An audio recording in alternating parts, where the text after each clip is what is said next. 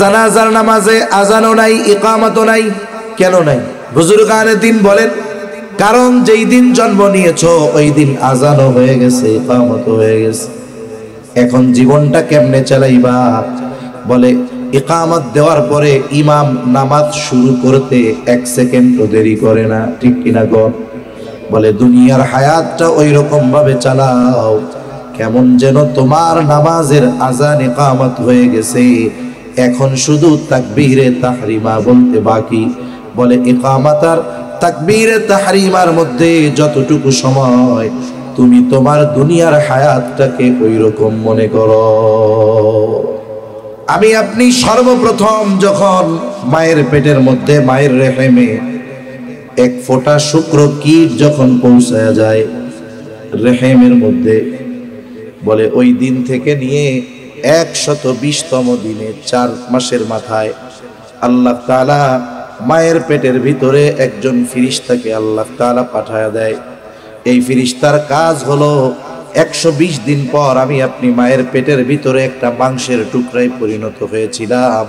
ওই ফেরেশতার কাজ হলো ওই মরা মাংসের টুকরার মধ্যে রূহ ফুঁকে দেওয়া, প্রাণ দিয়ে দেওয়া। ফেরেশতা আল্লাহ তাআলার নির্দেশে মরা ওই দেহের মধ্যে যখন রূহ ফুঁকে দেয়, মায়ের পেটের মধ্যে ওই মৃত সন্তানটা তখন জীবন পেয়ে যায়। তার মানে 120 দিন পর্যন্ত আমি আপনি মরা, 120 দিন পর তাজা হইলাম। একটা মানুষ যখন মায়ের পেটে প্রাণ পায় ওই সময় তার হাত পা চোখ কান সব কিছু থাকে এমনটা নয়, তখন শুধু তার হার্ট থাকে, হার্ট। এরপরে বাকি সময়গুলাতে আস্তে আস্তে তার অন্যান্য অঙ্গ প্রত্যঙ্গ হয়। বলে যখন আল্লাহ তাআলা ওই মরা মাংসের টুকরার মধ্যে প্রাণ দিয়ে দেয়, ওই সময়টা থেকে নিয়া ওই মায়ের গর্ভে ওই সন্তান মায়ের চিন্তা ভাবনা, যা কিছু বলে, যা কিছু শোনে, সব কিছুর প্রভাব মায়ের পেটের মধ্যে ওই বাচ্চার উপরে পড়তে থাকে। আমেরিকার একজন ডাক্তার গবেষণা করছে। উনি গবেষণা করে কি বলেন? উনি বলতেছে যে কোনো মা যদি চায় তার ছেলে ভালো গায়ক হবে, ওই মা যেন বাচ্চা পেটে থাকা অবস্থায় গান গায়, গান শুনে। যদি চায় ভালো অভিনেতা হবে, তাইলে ওই বাচ্চা পেটে থাকা অবস্থায় ওই মা যেন অভিনয় করে, অভিনয় দেখে। এখন বলেন তো, গান শুনলে যদি বাচ্চার কণ্ঠ ভালো হয়, গান শুনলে যদি বাচ্চা গায়ক হয়, ওই মা যদি কোরআন পড়ে, কোরআন শুনে, ওই সন্তান কোরআনওয়ালা হবে কি হবে না? এজন্য যখন কোন সন্তান মায়ের গর্ভে আসবে, করণীয় বিষয় হলো মা কোরআনুল কারীমের যা মুখস্থ আছে তিলাওয়াত করতে থাকবে, দুরূদ শরীফ পড়বে, ইস্তিগফার বেশি বেশি পড়বে। এই যে পড়বে বলবে, এর প্রভাব ওই বাচ্চার উপরে পড়বে। শুধু তাই না, আশা করা যায়, বিজ্ঞান বলে ওই বাচ্চা যখন মায়ের পেটে শ্রবণ শক্তি পায়, ও শুনতে পারে। মা যদি কোনো কিছু শোনে, ও এটা শোনে। মা যদি কোনো কিছু বলে, বাচ্চা কান খাড়া করে শুনে। এখন যদি মা কোরআন তিলাওয়াত করে, দুরূদ শরীফ পাঠ করে, বাচ্চা এগুলোও শুনতে পাবে। কিন্তু আফসোস, এখনকার জামানার অবস্থাটা পুরো ব্যতিক্রম। বলে যখন মায়ের গর্ভে সন্তান আসে, মা তখন স্বামীর কাছে বলে, আমারে একটা টাচ ফোন কিনে দেন। বলে কি বলে না? টাচ ফোন কিনে দেয়। এরপরে বলে একটা সিম কিনে দেন, এমবি ভইরা দেন। এই যে সন্তান মায়ের পেটে, এই সময়টা সে মোবাইল দেখে দেখে কাটায়। এর ফলশ্রুতিতে কি হয়? বাচ্চা দুনিয়ায় ভূমিষ্ঠ হওয়ার পরে ও কান্নাকাটি করলে হুজুর মানুষ দোয়া পয়ড়া ফু দিলেও কাম হয় না। কেন? কয় ওরে তো মায়ের পেট থেকেই মোবাইল দেখানো অভ্যাস করছে, যেই মোবাইল সামনে দেয় কান্না থেমে যায়। মনে রাখবেন, একটা সন্তানকে বাস্তবিক অর্থে যদি সুসন্তানে গড়ে তুলতে হয়, পিতার চাইতে মায়ের ভূমিকা সবচাইতে বেশি থাকে। মা প্রথম দিনদার, বাবা প্রথম দিনদার এক মায়ের ব্যবস্থা করবে, এরপরে মায়ের কর্মের প্রভাব বাচ্চার উপরে পড়বে। এরপরে যখন বাচ্চা দুনিয়ায় ভূমিষ্ঠ হবে, বলে বাচ্চার জন্য করণীয় কি? সর্বপ্রথম যেই কাজটা করতে হবে, বাচ্চার ডান কানে আজান আর বাম কানে ইকামত দিতে হবে। রাসূলুল্লাহ সাল্লাল্লাহু আলাইহি ওয়াসাল্লাম হাসান রাদিয়াল্লাহু তাআলা আনহু যখন দুনিয়ায় আসতেন আজান ইকামত দিয়েছেন কানের মধ্যে। কিন্তু আপনাদের অঞ্চল তো উলামায়ে কেরামের পদাচারণা আছে, আপনারা অনেক কিছু বুঝেন জানেন। অনেক অঞ্চলে এখনো আছে অজ্ঞতার কারণে বাচ্চা এক জায়গায় হয় আজান আর এক জায়গায় দিতে গয়। রাত 3টায় বাচ্চা হইছে, মসজিদের মুয়াজ্জিনকে ফোন দিবে। এই রাত 3টায় যদি কেউ ফোন দেয় মুয়াজ্জিন সাহেবের কাছে, দাওয়াত খাওয়াইতে তো আর দিত না। রাত 3টায় ফোন দিলে মনে করে কে জানি মরছে, আল্লাহ জানে। ফোন দুইরা কে মরছে কেডা? কারে কেউ মরে নাই, আমার একটা পোলা হয়েছে, আজান দিয়ে দাও, পারলে মাইকে দিও। এখন বলেন তো, আমাদের দেশে মুয়াজ্জিন টাইম মতো আজান দেয়, কিন্তু বাস্তবিক অর্থ আজান সময় মতো দিলেও ওই অঞ্চলের সব মুসল্লি নামাজে যায় না। কিন্তু যদি কোনোদিন মুয়াজ্জিন ভুল কইরা 3টার সময় ফজরের আজান দেয়, এলাকার সব উইটা লাঠি নিয়ে মুয়াজ্জিনকে পিটাইতে যাবে। সময় মতো আজান দিলে মসজিদে না যাইতে পারে, কিন্তু অসময়ে আজান দিলে মসজিদে যাওয়ার লোকের অভাব হবে না। কি জন্য আজান দিল উল্টা পাল্টা? তাহলে দেখুন, আজান দিতে হবে কোথায়? বলে সন্তানের ডান কানে আজান, বাম কানে ইকামত। কেন? বুজুর্গানে দিন এর এক গভীর রহস্যের কথা বলেন। সর্বপ্রথম বিষয় হলো নবীজি দিয়েছেন, এটা দেওয়া দরকার, সুন্নাহ আমল। বুজুর্গানে দিন বলেন এর মধ্যে প্রত্যেকটা মানুষের জন্য গুরুত্বপূর্ণ কিছু শিক্ষণীয় বিষয় রয়েছে। বলে আমাদের দেহ তো আসল না, মূল হলো রূহ। এই রূহ যতদিন দেহের সাথে আছে, দেহের দাম হলো ততদিন। রূহ যখন বের হয়ে যাবে, বলেন তো এই দেহর আর কোনো দাম আছে নাকি? এই রূহ স্থান পরিবর্তন করে, রূহ কখনো ধ্বংস হয় না। রূহ অবিনশ্বর, এ ধ্বংস হবে না। এই রূহ খালি জায়গা পরিবর্তন করে। আমরা ছিলাম রূহের জগতে, এরপরে আসছি মায়ের পেটে, এটাও একটা জগৎ, এটারে কয় আলমে বতন। এরপরে আসলাম কোথায়? বলে আলমে দুনিয়ায়। যখন আমি আপনি দুনিয়ায় আসলাম, দুনিয়ায় আসার পর ওই বাচ্চার কানে কোনো আওয়াজ যাওয়ার আগে আল্লাহর একত্ববাদ, আল্লাহর বড়ত্বের আওয়াজ তার কানে পৌঁছায় দিতে হবে। কোনো আওয়াজ তার কানে যাওয়ার আগে ডান কানে আজান, বাম কানে ইকামত দেওয়ার মাধ্যমে আল্লাহর বড়ত্ব, আল্লাহর একত্ববাদের আওয়াজ, নবীর রিসালাতের খবর তার কানের মধ্যে পৌঁছায় দিতে হবে। ঈমানের ঘোষণা তার কানে পৌঁছায় দিতে হবে। 2 নম্বর রহস্য কি বলে? বলে জানাজার নামাজে আজানও নাই, ইকামতও নাই। কেন নাই? বুজুর্গানে দিন বলেন কারণ যেই দিন জন্ম নিয়েছো ওই দিন আজানও হয়ে গেছে, ইকামতও হয়ে গেছে। এখন জীবনটা কেমনে চালাইবা? বলে ইকামত দেওয়ার পরে ইমাম নামাজ শুরু করতে 1 সেকেন্ডও দেরি করে না, ঠিক কিনা গো? বলে দুনিয়ার হায়াতটা ওই রকম ভাবে চালাও কেমন যেন তোমার নামাজের আজান ইকামত হয়ে গেছে, এখন শুধু তাকবীরে তাহরিমা বলতে বাকি। বলে ইকামত আর তাকবীরে তাহরিমার মধ্যে যতটুকু সময়, তুমি তোমার দুনিয়ার হায়াতটাকে ওই রকম মনে করো। গভীর শিক্ষা এর মধ্যে আছে। তাহলে সন্তান ভূমিষ্ঠ হওয়ার পরে তার অন্যতম হক ডান কানে আজান, বাম কানে ইকামত। যদি কোনো পুরুষ ওইখানে না থাকে, নারীরা এই বাক্যগুলো 2 কানে দিয়ে দিবে। এরপরে সন্তান 7ম দিন যখন পদার্পণ করবে, 7 দিন যখন তার বয়স হবে, বলে সন্তানের মাথার চুলগুলো মুন্ডায় দিবে, চুলগুলো চেঁচে ফেলবে এবং ওই চুলের ওজন সমপরিমাণ স্বর্ণ অথবা রৌপ্য অথবা উভয়টার যে কোনো একটার সমপরিমাণ মূল্য সদকা করে দিবে। এরপরে 7ম দিন সন্তানের আকিকা করবে। না পারলে 14তম দিন, না পারলে 21তম দিন আকিকা করবে। ছেলে হলে 2টা ছাগল দিয়া করবে, মেয়ে হলে 1টা দিয়া করবে। এখানে খেয়াল রাখার বিষয়, একটা হলো সময়ের সাথে সম্পৃক্ত, আর একটা হলো পরিমাণের সাথে সম্পৃক্ত। এখন ছেলে হইছে, 2টা ছাগল দিয়ে দেওয়ার সামর্থ্য নাই। এক হাদিসে আসছে 1টা দিয়ে দিলেও হয়ে যাবে, কিন্তু সময়টা 7 দিন, 14 দিন, 21তম দিন কিন্তু আমাদের দেশে অধিকাংশ মানুষ সামর্থ্য থাকার পরেও ইচ্ছা করে বিলম্ব করে, বলে এই আকিকার সাথে সন্তানের কল্যাণ অকল্যাণের একটা সম্পর্ক থাকে, এই জন্য একটাও যদি থাকে, ছেলে যদি হয়, ওই একটি দিয়ে যথা সময়ে আকিকা দিয়ে দেওয়া উচিত। কিন্তু আমাদের দেশের মানুষ সামর্থ্য থাকার পরেও দেরি করে, ইচ্ছা করে কয় জীবনে কুরবানির সাথে দিয়া দিবনে। এজন্য দেখা যায় কোরবানি যখন আসে, আমাদের কিছু ভাই আছে যারা চরম বিরোধিতা করে, বলে কোরবানির সাথে আকিকা দিলে কোরবানি হবে না। লম্বা কথা বলার সুযোগ নাই, মূল কথা হলো কোরবানির সাথে আকিকার অংশ দেওয়া জায়েজ, তবে আপনার আমার যদি সুন্নাহর উপরে আমল করার সুযোগ থাকে, আমি কেন জায়েজের দিকে যাব? আমলের ক্ষেত্রে সুন্নাতকে অগ্রাধিকার দিতে হবে।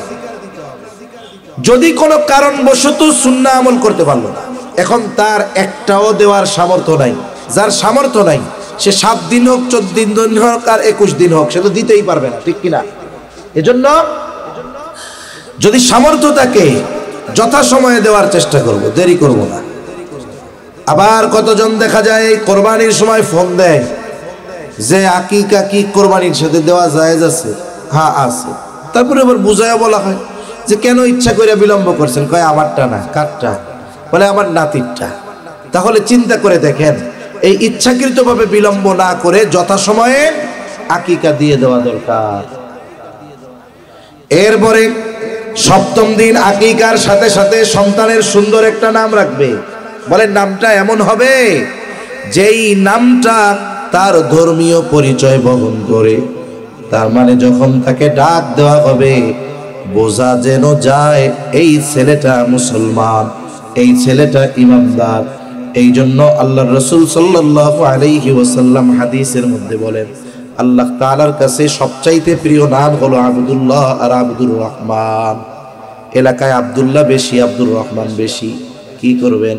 বলে আল্লাহ তাআলার গুণবাচক নামগুলোর সাথে আব্দুল যোগ করে রাইখা দেন। আব্দুস সামাদ, আব্দুল হালিম, আব্দুল মাজিদ, আব্দুল মালিক, আছে না নাই এরকম? এসব নাম রাখার সাথে সাথে নামগুলো ডাকতেও হবে সুন্দরভাবে।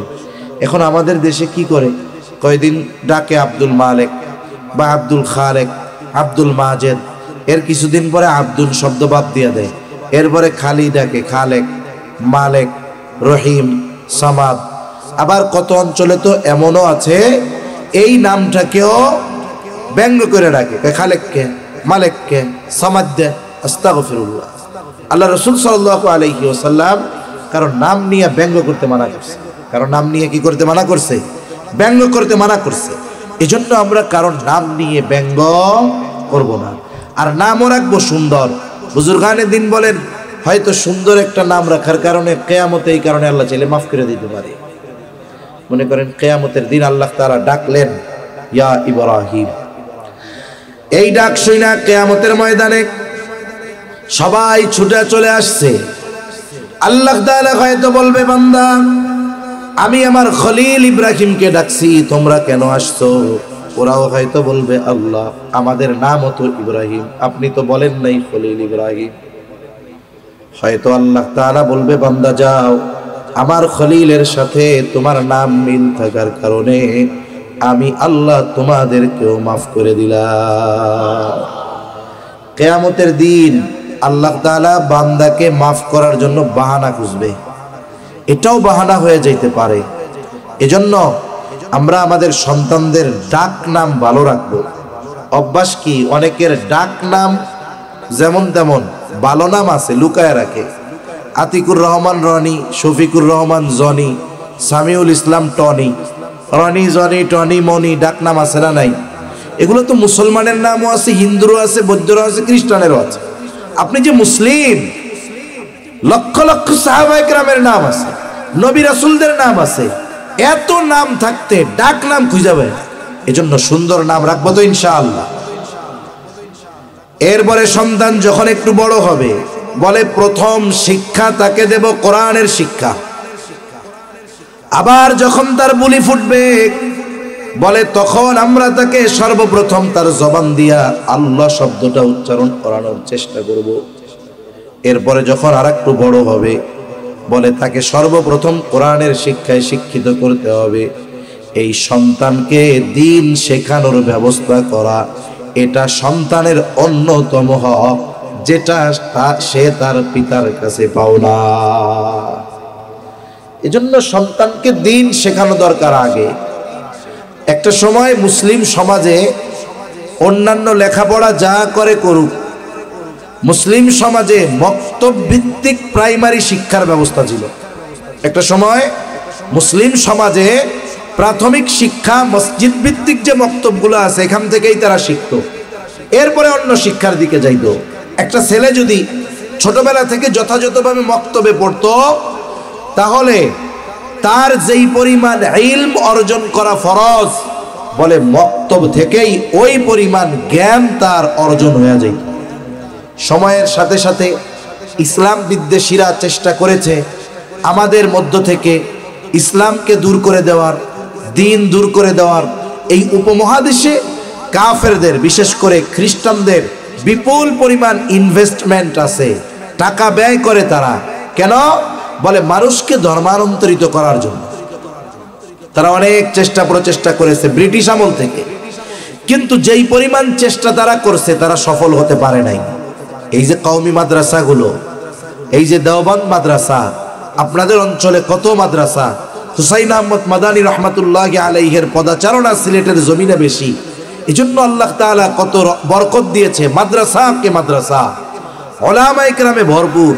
এই যে মাদ্রাসাগুলো, দেওবন্দ মাদ্রাসা, ওই ব্রিটিশদের সাথে আমাদের যেই লড়াই, আমাদের যেই জেহাদ, মুসলমানদের মুসলমানিত্ব টিকাতে, ঈমান বাঁচাতে, এই উপমহাদেশে দেওবন্দ মাদ্রাসা যদি প্রতিষ্ঠিত না হতো, আল্লাহ না করুক, মনে হয় এদেশে ইসলাম নিয়ে টিকে থাকাই কঠিন ছিল। ঠিক কিনা বলেন? দেওবন্দের ইতিহাস, এর প্রকৃত লক্ষ্য উদ্দেশ্য আমাদের অজানা বিধায় আমরা বুঝি না। ব্রিটিশদের কেমন ষড়যন্ত্র, ওরা শুধু রাষ্ট্র দখল করতে আসতে তা না, সাথে সাথে এই উপমহাদেশ থেকে ইসলামকে উৎখাত করার যত ষড়যন্ত্র চক্রান্ত, যত কিছু দরকার সব কিছু তারা করছে। এরপরে উপমহাদেশ থেকে চলে গেছে ঠিক, কিন্তু ওদের দোসররা থেকে গেছে। ওরা ইনভেস্ট করতেছে কিন্তু কাজ হয় না। কেন? মুসলমানদের ঈমান কেন কেনা যায় না? খোঁজ নিয়ে দেখলো যে প্রত্যেকটা মুসলমান ফ্যামিলিতে সকাল শুরু হয় কোরআনের তিলাওয়াত দিয়ে। ফজরের নামাজের পরে এদের পাঠ্যপুস্তক কোরআনুল কারীম, সব বাচ্চাগুলো মক্তবে চলে যায়, প্রত্যেকটা ঘরে ঘরে কোরআনের তিলাওয়াত চলে। ওরা চিন্তা করছে এই কোরআনের মজলিস থেকে, মক্তব থেকে বাচ্চাদের বের করতে হবে। আগামী প্রজন্মকে যদি ধ্বংস করতে হয়, কি বাইর করছে? বলে কেজি স্কুল, কিন্ডার গার্ডেন। এই কিন্ডার গার্ডেন এখন অনেক মোড়ে মোড়ে পাওয়া যায়, কিন্তু এর সূচনা হয়েছিল এনজিওদের মাধ্যমে। সর্বপ্রথম শুধুমাত্র এনজিওদের তত্ত্বাবধানে কেজি স্কুলগুলো পরিচালিত হতো। ওই সময় যারা ক্লাস 1-2 পড়তো প্রাইমারি স্কুলে, এরা যাইতো 10টায়, চলে আসতো 12টায়। আর যারা 3-4-5 পড়তো, বলে এরা যাইতো 12টায়, আসতো 4টায়। সকালবেলায় দীর্ঘ সময় মক্তবে সময় দেওয়া হতো। কিন্তু এই খ্রিস্টানরা কেজি স্কুল চালু করে এই কেজি স্কুলের সময়সূচি নির্ধারণ করলো 6টা থেকে 9টা, সকাল 6টা থেকে 9টা। আর কি দেখাইছে? বলে আপনার বাচ্চা স্কুলে যায় 6 বছর বয়স হইলে, বই পড়ে 2টা, আর আমাদের কাছে যখন আসবে 6টার সময় আসবে, আমরা বই পড়াবো 4টা-5টা। প্রথমে নার্সারি না প্লে, এরপরে নার্সারি, এরপরে কেজি, এরপরে 1। তার মানে 3 বছর বয়স থেকে পাঠিয়ে দিবেন আমাদের কাছে। মা বাবাও দুনিয়া পাওয়ার নেশায় সাবজেক্ট বেশি দেখে, বই বেশি দেখে, মক্তব থেকে ছেলেদেরকে ভর্তি করা শুরু করছে কিন্ডার গার্ডেনে। মক্তব শূন্য। উলামায়ে কেরাম জাতির কল্যাণের কথা চিন্তা করে, ওনারা চিন্তা করলেন যদি এই গতিতে ইংরেজি শেখার ইচ্ছায়, আধুনিক শিক্ষায় শিক্ষিত হওয়ার আশায় সন্তানেরা যদি মক্তব ছেড়ে ওই দিকে চলে যায়, এক সময় কোরআন সুন্নাহ তো হারাবে, সাথে সাথে ঈমানও হারাবে। ঠিক কিনা বলে? অনেক দেখবেন অনেকে আমাদের দেওবন্দি উলামায়ে কেরামের ব্যাপারে সমালোচনা করে, বলে হুজুররা তো কয় ইংরেজি শেখা হারাম। এরকম ফতোয়ার কথা শুনছেন না? যদি কোনো সময় প্রয়োজন হয়, হারাম যদি শেখার কারণ হয়, ফতোয়া তো দিবে হারাম। এই কথাটা যেহেতু জেহেনে আসলে বলে দেই যে কেন ওই সময় হারাম ফতোয়া দেওয়া হয়েছিল, এর কারণ আছে। এর কারণটা হলো, ইংরেজরা যখন আসছে এই দেশে, মুসলমানদের বিরুদ্ধে ষড়যন্ত্র, একের পর এক ওলামা একরামকে, মুসলমানদেরকে, নেতৃত্ব স্থানীয় ওলামা একরামকে একের পর এক হত্যা করা হয়েছে। আপনারা যদি মনে করেন শামেলির প্রান্তরে শুধুমাত্র ইংরেজরা যুদ্ধ করছে, তারা ইংরেজদের পক্ষ হয়ে অনেক মুসলমানের বাচ্চারা যুদ্ধে অংশগ্রহণ করছে। আর ওই সময় ইংরেজদের সেনাবাহিনীতে চাকরি পাওয়ার শর্ত ছিল ইংরেজি শেখা, কারণ ওদের ভাষা ইংরেজি। সৈনিক যদি ইংরেজি শিখে তাদেরকে চাকরি দিয়ে দিত। আর মুসলমানের বাচ্চারা এরা কিছু টাকা পয়সার লোভে ইংরেজি শিখে ওই ইংরেজদের সেনাবাহিনীতে ভর্তি হয়ে ওদের পক্ষ অবলম্বন করে যুদ্ধ করতে আসতো ময়দানে মুসলমানদের বিরুদ্ধে। এখন বলেন তো, কোনো ব্যক্তি যদি, যারা ইমানের পক্ষে লড়াই করতেছে, ইসলামের পক্ষে লড়াই করতেছে, এদের বিপক্ষে গিয়ে কোন ইমানদার যদি যুদ্ধ করে মুসলমানদের বিরুদ্ধে, বলুন তো তাদের ইমান থাকবে না যাবে? ইমান থাকবে। এজন্য ওই সময়ের ওলামায়ে কেরাম সার্বিক পরিস্থিতি আর অবস্থা খেয়াল করে মুসলমানদের ইমান বাঁচানোর জন্য ইংরেজি শিক্ষা ওই সময় হারাম বলে ফতোয়া দিয়েছিলেন। কথা কি বুঝতে পারছেন? এখন কি কোনো আলেম বলে ইংরেজি শিখো না? বলে? এটা বলে না। কেন বলে? ওই সময় ইমান বাঁচানোর দরকার ছিল, ইমান বাঁচানো ফরজ। ইংরেজি শিখে ইংরেজদের সৈন্যবাহিনীতে ভর্তি হয়ে মুসলমানদের বিরুদ্ধে যুদ্ধ করে ইমান হারাচ্ছে, এই ইমান বাঁচানোর তাগিদে ওই সময় ইংরেজি শিক্ষা হারাম ফতোয়া দেওয়া হয়েছিল।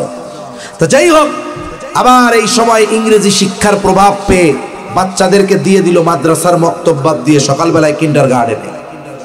ওলামায়ে কেরাম চিন্তা করলেন মুসলমানদের ইমান বাঁচানোর দরকার, কি করা যায়? ওলামায়ে কেরাম চিন্তা ভাবনা করে সুন্দর এক পদ্ধতির আবিষ্কার করলেন, নাম দিলেন নুরানি পদ্ধতি। বলে নামেও যেমন নুরানি, কাজেও তেমন নুরানি।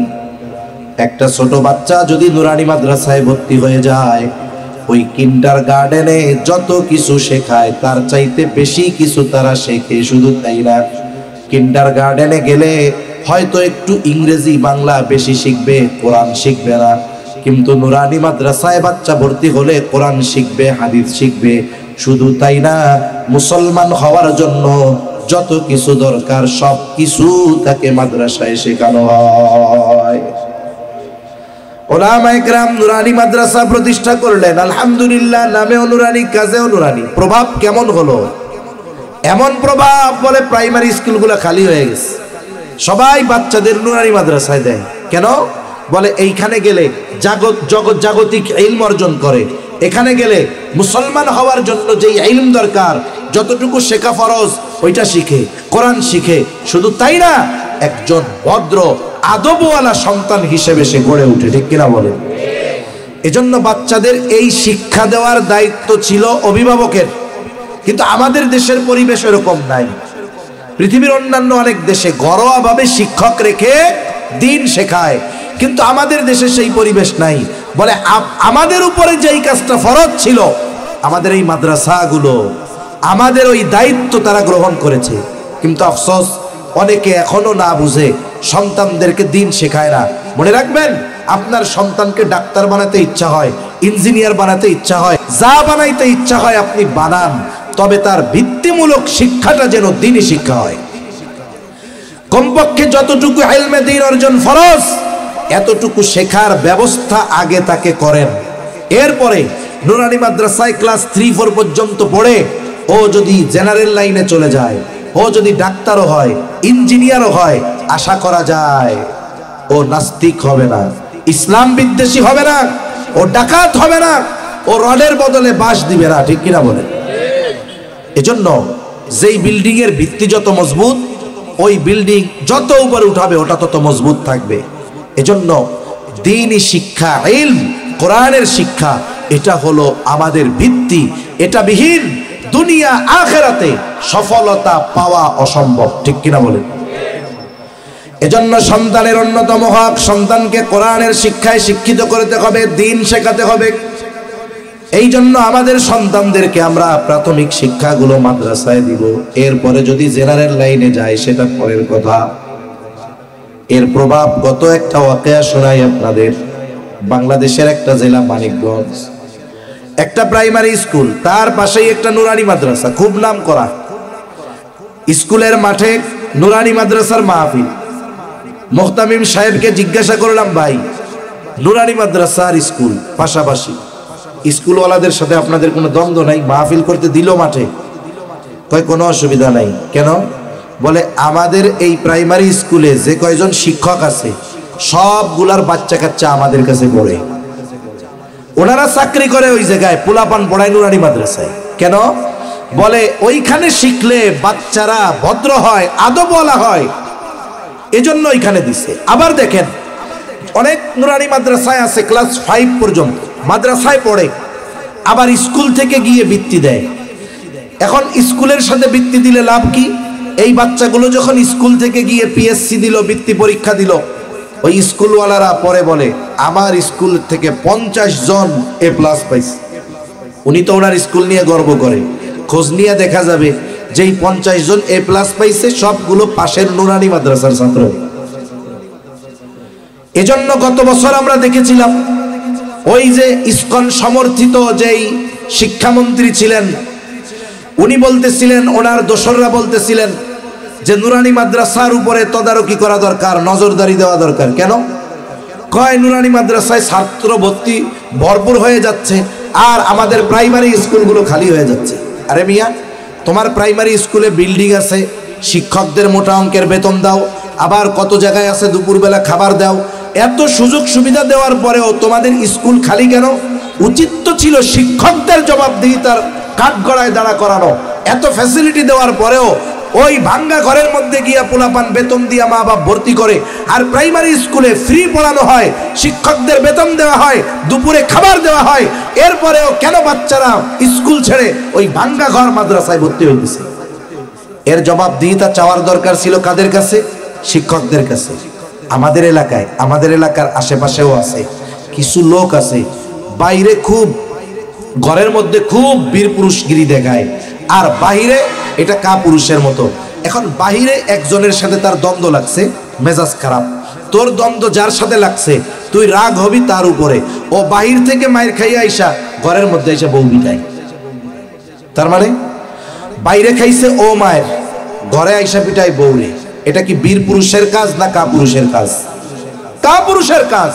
তোর প্রাইমারি স্কুলে এত বাজেট, কেন ছাত্রীরা ওইখানে ভর্তি হচ্ছে না? খোঁজ নে। আমরা বলি কিচ্ছু লাগবে না, এক কাজ করো, ওই শিক্ষকগুলো বাদ দিয়ে আমাদের নুরানির শিক্ষকগুলোকে দিয়ে দাও, তোমাদের সিলেবাসগুলো বাদ দিয়ে আমাদের সিলেবাস ঢুকায় দাও। যেই প্রাইমারি স্কুলে 2টা বিল্ডিং আছে, চ্যালেঞ্জ দিলাম পরের বছর 4টা বিল্ডিং লাগবে, ঠিক কিনা বলেন? ছাত্র জায়গা দিয়ে পারবা না। তার মানে এদেশের মানুষ আলহামদুলিল্লাহ এখন সচেতন। তারা চিন্তা করে চোর হোক, ডাকাত হোক, বাটপার হোক, ও চিন্তা করে আমি যা হইছি, আমার সন্তানকে খারাপ বানানো যাবে না, ওরে আমি নুরানি মাদ্রাসায় দিব, এরপরে আলেম বানাবো।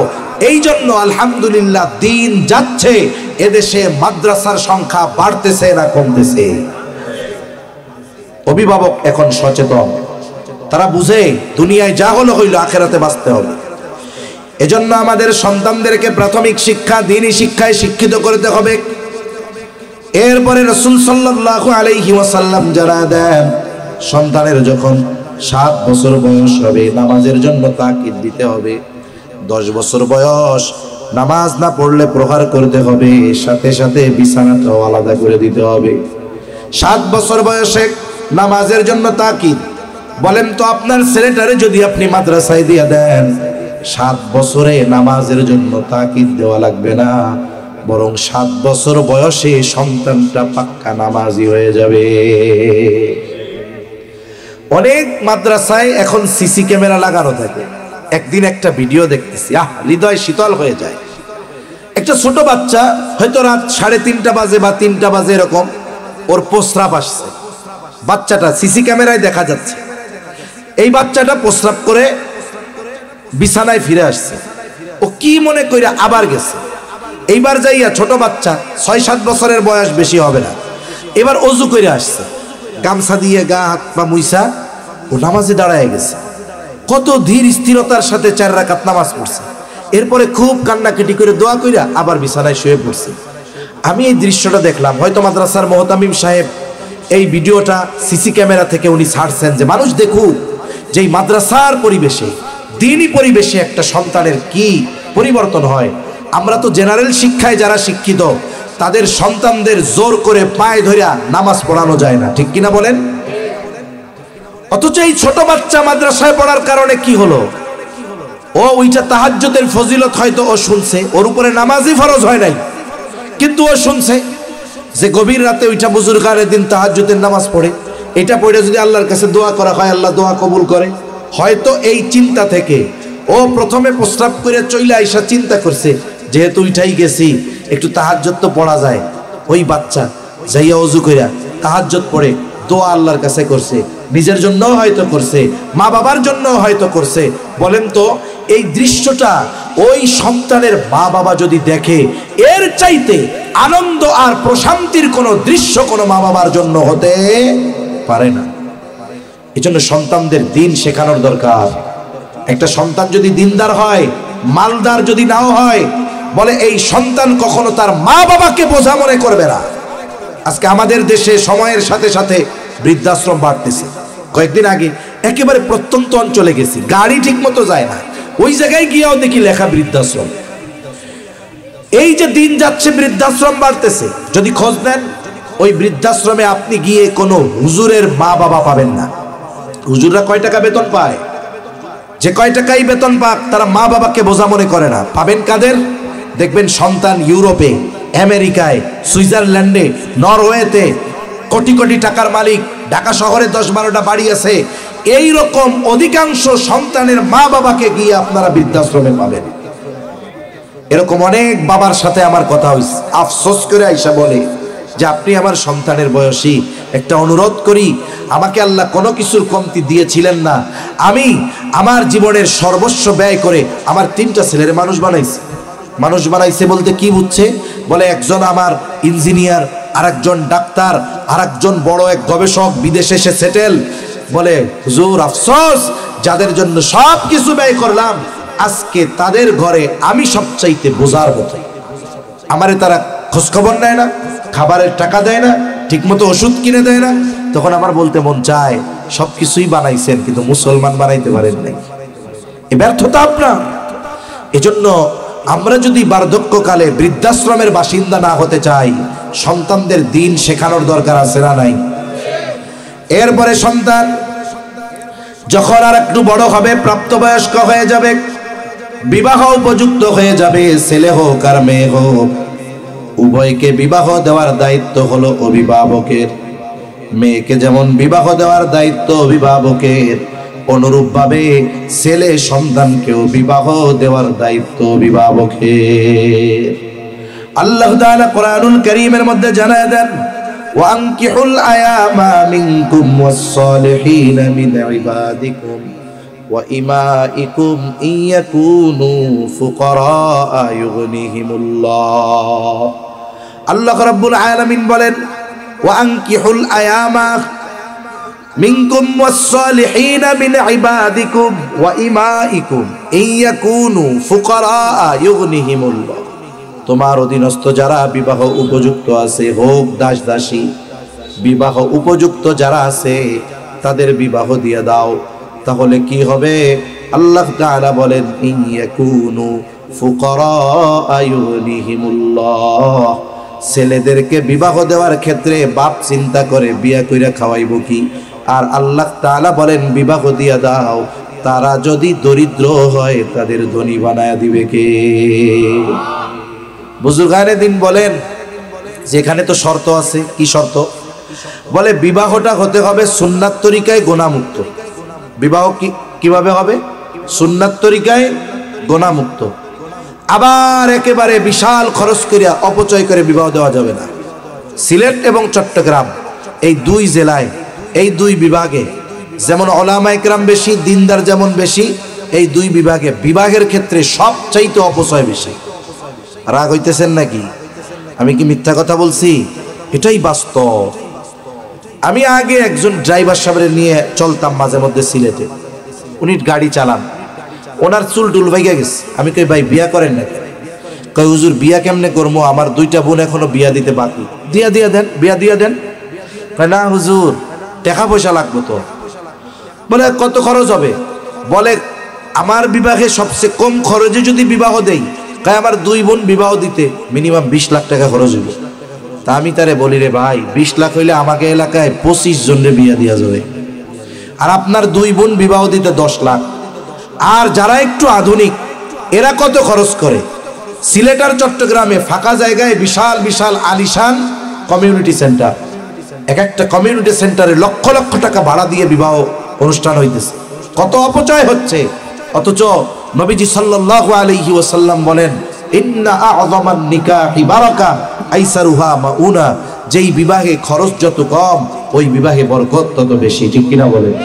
এই আধুনিকতার সাথে পাল্লা দিয়ে আমরা খরচ বাড়াচ্ছি, কোটি কোটি টাকার কাবিনও লেখে, এরপরেও সংসার টিকে না। কিন্তু অনেক মুরব্বী আছে, জিজ্ঞাসা করবেন 60 বছর ধরে সংসার করতেছে, দাঁত পড়ে গেছে, চামড়া ঘুচায় গেছে, অল্প কয় টাকা দেন মোহর লেখছিল, শোধ কইরা দিছে নগদে, কিন্তু সময়ের সাথে সাথে বয়স বেড়েছে, বৃদ্ধ হয়েছে, দাঁত পড়েছে, কিন্তু ওনাদের মধ্যে মোহাব্বত ভালোবাসা কমে নাই। ঠিক কিনা বলেন? কেন?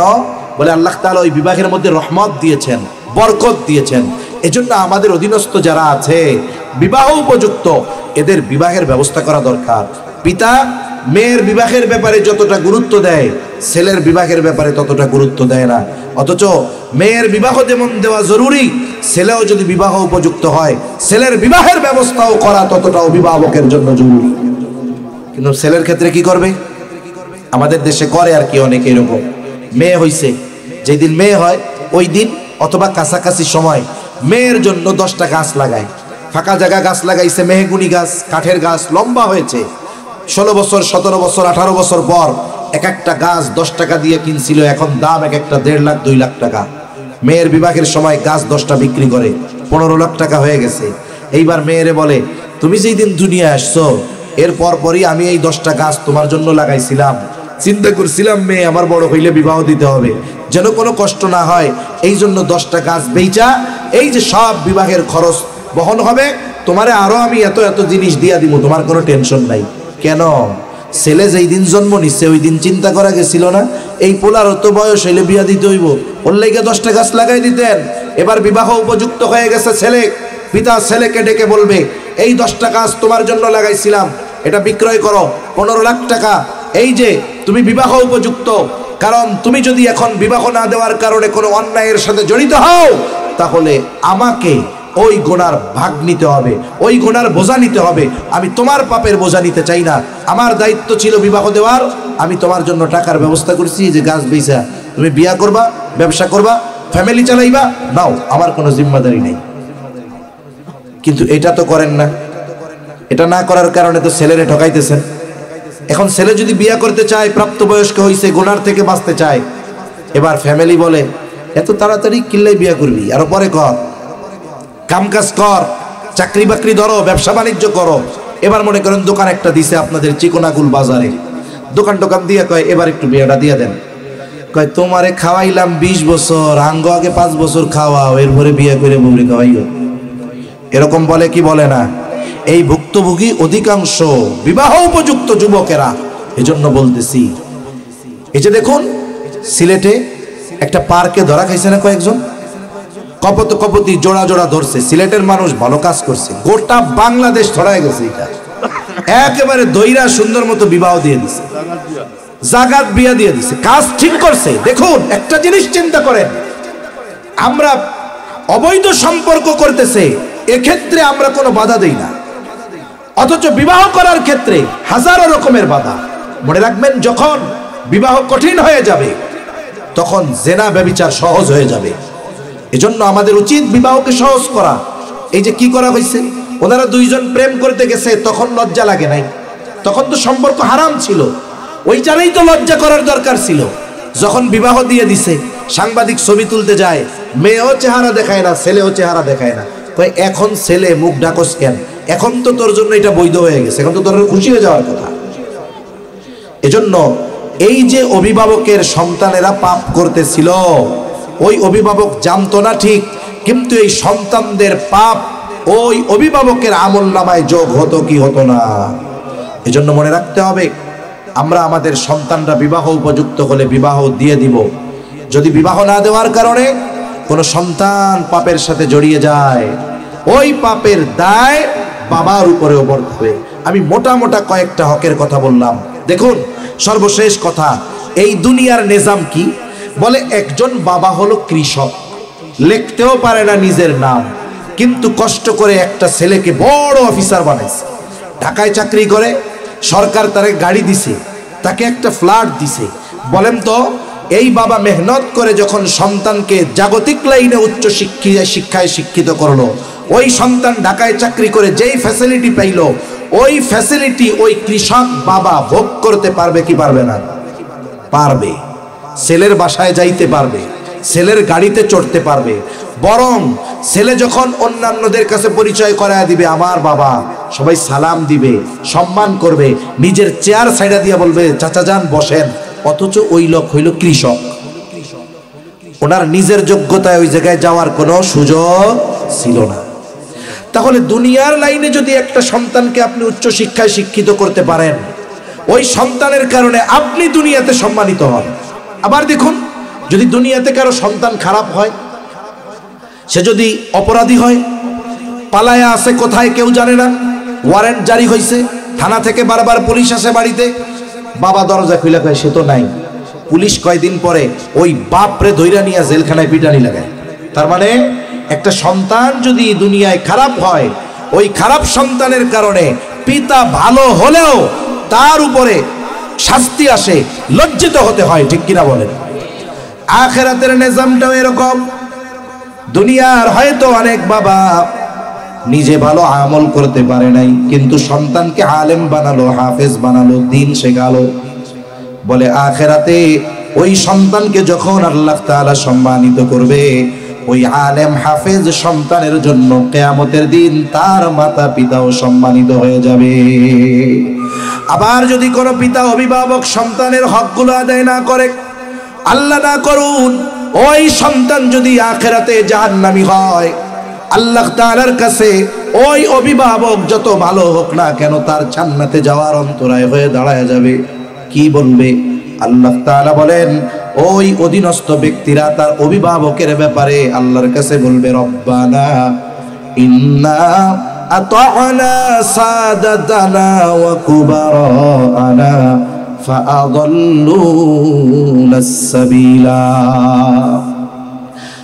তারা বলবে, রব, আমরা আমাদের বড়দের আনুগত্য করেছি, আমরা আমাদের নেতাদের আনুগত্য করেছি, যারা আমাদের অভিভাবক তাদের আনুগত্য আমরা করেছি, ফাআদাল্লুনাস সাবিলা, আপনি আমি সন্তানের হক আদায় করি নাই। সন্তান সেদিন বলবে, আমার বাবার কারণে আমি পথভ্রষ্ট। ফাআদাল্লুনাস সাবিলা, আমাদেরকে তারা পথভ্রষ্ট করেছে। এবার আল্লাহর কাছে তারা বলবে, রব্বানা আতিহিম দিউফাইনি মিনাল আযাবি ওয়ালআনুহুম লা'নান কাবীরা। সন্তান ওই পিতার ব্যাপারে বলবে, রব, আপনি তার আযাব দ্বিগুণ করে দেন, খাস লানত বর্ষণ করেন। কে বলবে? বলে আপনি আমি যেই সন্তানের হক আদায় করি নাই, ওই সন্তান কিয়ামতের দিন বলবে।